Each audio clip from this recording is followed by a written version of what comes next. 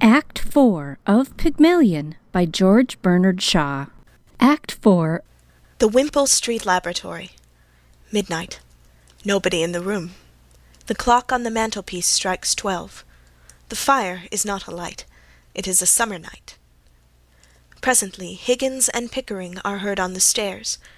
I say, Pick, lock up, will you? I shan't be going out again.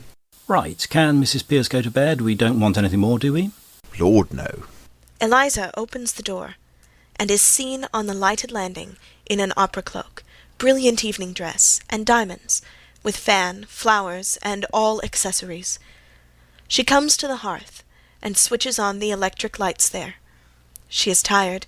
Her pallor contrasts strongly with her dark eyes and hair, and her expression is almost tragic. She takes off her cloak, puts her fan and flowers on the piano, and sits down on the bench, brooding and silent. Higgins, in evening dress, with overcoat and hat, comes in, carrying a smoking jacket, which he has picked up downstairs. He takes off the hat and overcoat, throws them carelessly on the newspaper stand, disposes of his coat in the same way, puts on the smoking jacket, and throws himself wearily into the easy-chair at the hearth.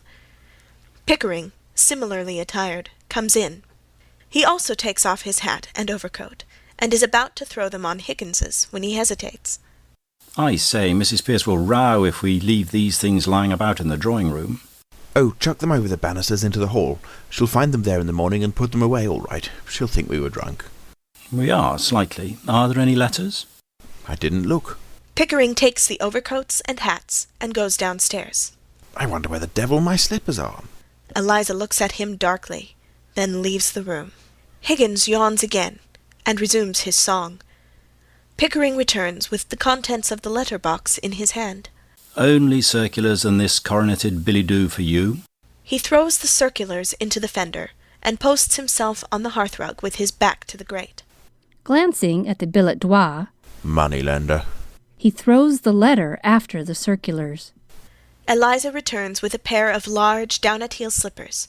She places them on the carpet before Higgins, and sits as before without a word. Oh, Lord, what an evening. What a crew. What a silly tomfoolery. He raises his shoe to unlace it, and catches sight of the slippers. He stops unlacing, and looks at them as if they had appeared there of their own accord. Oh, they're there, aren't they? Well, I feel a bit tired. It's been a long day. The garden party, a dinner party, and the opera. Rather too much of a good thing. But you've won your bet, Higgins. Eliza did the trick, and something to spare, eh? Thank God it's over. Eliza flinches violently, but they take no notice of her, and she recovers herself, and sits stonily as before. Were you nervous at the garden party? I was. Eliza didn't seem a bit nervous. Oh, she wasn't nervous. I knew she'd be all right. No, it's the strain of putting the job through all these months that has told on me. It was interesting enough at first, while we were at the phonetics, but after that I got deadly sick of it. If I hadn't backed myself to do it, I should have chucked the whole thing up 2 months ago. It was a silly notion. The whole thing has been a bore. Oh, come, the garden party was frightfully exciting. My heart began beating like anything. Yes, for the first 3 minutes. But when I saw we were going to win hands down, I felt like a bear in a cage, hanging about doing nothing. The dinner was worse, sitting gorging there for over an hour with nobody but a damned fool of a fashionable woman to talk to. I tell you, Pickering, never again for me. No more artificial duchesses. The whole thing has been simple purgatory. You've never been broken in properly to the social routine. I rather enjoy dipping into it occasionally myself. It makes me feel young again.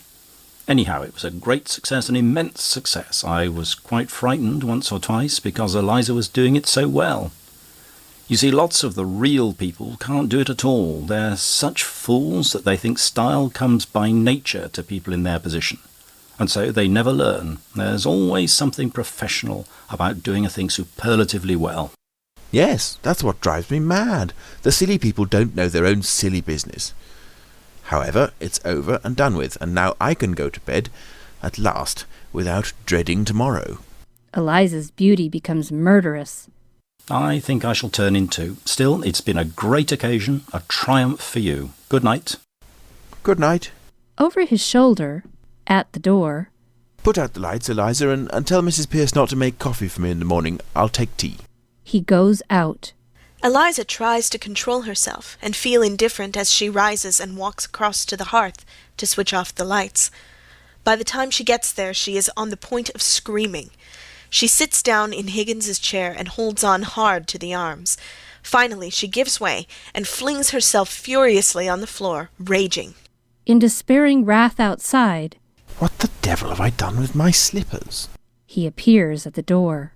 Liza snatches up the slippers and hurls them at him one after the other with all her force. There are your slippers, and there, take your slippers, and may you never have a day's luck with them. What on earth? What's the matter? Get up. Anything wrong? Nothing wrong with you. I've won your bet for you, haven't I? That's enough for you. I don't matter, I suppose. You won my bet? You? Presumptuous insect. I won it. What did you throw these slippers at me for? Because I wanted to smash your face. I'd like to kill you, you selfish brute. Why didn't you leave me where you picked me out of in the gutter? You thank God it's all over, and that now you can throw me back again there, do you? The creature is nervous after all. Liza instinctively darts her nails at his face. Higgins catches her wrists. Ah, would you? Claws in, you cat. How dare you show your temper to me? Sit down and be quiet. He throws her roughly into the easy chair. What's to become of me? What's to become of me? How the devil do I know what's to become of you? What does it matter what becomes of you? You don't care. I know you don't care. You wouldn't care if I was dead. I'm nothing to you, not so much as them slippers. Those slippers. Those slippers. I didn't think it made any difference now. A pause. Eliza, hopeless and crushed. Higgins, a little uneasy. Why have you begun going on like this? May I ask whether you complain of your treatment here? No. Has anybody behaved badly to you? Colonel Pickering? Mrs. Pierce? Any of the servants? No. I presume you don't pretend that I have treated you badly? No. I'm glad to hear it. Perhaps you're tired after the strain of the day. Will you have a glass of champagne? No. Thank you. This has been coming on you for some days. I suppose it was natural for you to be anxious about the garden party, but that's all over now. There's nothing more to worry about. No, nothing more for you to worry about. Oh, God, I wish I was dead. Why? In heaven's name, why? Listen to me, Eliza. All this irritation is purely subjective. I don't understand. I'm too ignorant. It's only imagination, low spirits, and nothing else. Nobody's hurting you. Nothing's wrong. You go to bed like a good girl and sleep it off. Have a little cry and say your prayers. That will make you comfortable. I heard your prayers. Thank God it's all over. Well, don't you thank God it's all over? Now you are free and can do what you like. What am I fit for? What have you left me fit for? Where am I to go? What am I to do? What's to become of me? Oh, that's what's worrying you, is it? He thrusts his hands into his pockets and walks about in his usual manner, rattling the contents of his pockets, as if condescending to a trivial subject out of pure kindness. I shouldn't bother about it if I were you. I should imagine you won't have much difficulty in settling yourself, somewhere or other, although I hadn't realized that you were going away. She looks quickly at him. He does not look at her, but examines the dessert stand on the piano and decides that he will eat an apple. You might marry, you know. You see, Eliza, not all men are confirmed old bachelors like me and the Colonel. Most men are the marrying sort, poor devils, and you're not bad-looking. It's quite a pleasure to look at you sometimes. Not now, of course, because you're crying and looking as ugly as the very devil. But when you're all right, and quite yourself, you're what I should call attractive. That is, to the people in the marrying line, you understand. You go to bed and have a good night's rest, and then you get up and look at yourself in the glass, and you won't feel so cheap. Eliza again looks at him, speechless, and does not stir. The look is quite lost on him. He eats his apple with a dreamy expression of happiness, as it is quite a good one. I dare say my mother could find some chap or other who would do very well. We were above that at the corner of Tottenham Court Road. What do you mean? I sold flowers. I didn't sell myself. Now you've made a lady of me, I'm not fit to sell anything else. I wish you'd left me where you found me. Tosh, Eliza. Don't you insult human relations by dragging all this cant about buying and selling into it. You needn't marry the fellow if you don't like him. What else am I to do? Oh, lots of things. What about your old idea of a florist's shop? Pickering could set you up in one. He's lots of money.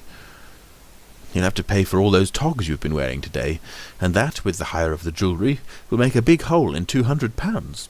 Why, 6 months ago you'd have thought it the millennium to have a flower shop of your own. Come, you'll be all right. I must clear off to bed. I'm devilish sleepy. By the way, I came down for something. I forget what it was. Your slippers. Oh, yes, of course. You shied them at me. Before you go, sir. Dropping the slippers in his surprise at her calling him sir. Eh? Do my clothes belong to me or to Colonel Pickering? What the devil use would they be to Pickering? He might want them for the next girl you pick up to experiment on. Is that the way you feel towards us? I don't want to hear anything more about that. All I want to know is whether anything belongs to me. My own clothes were burnt.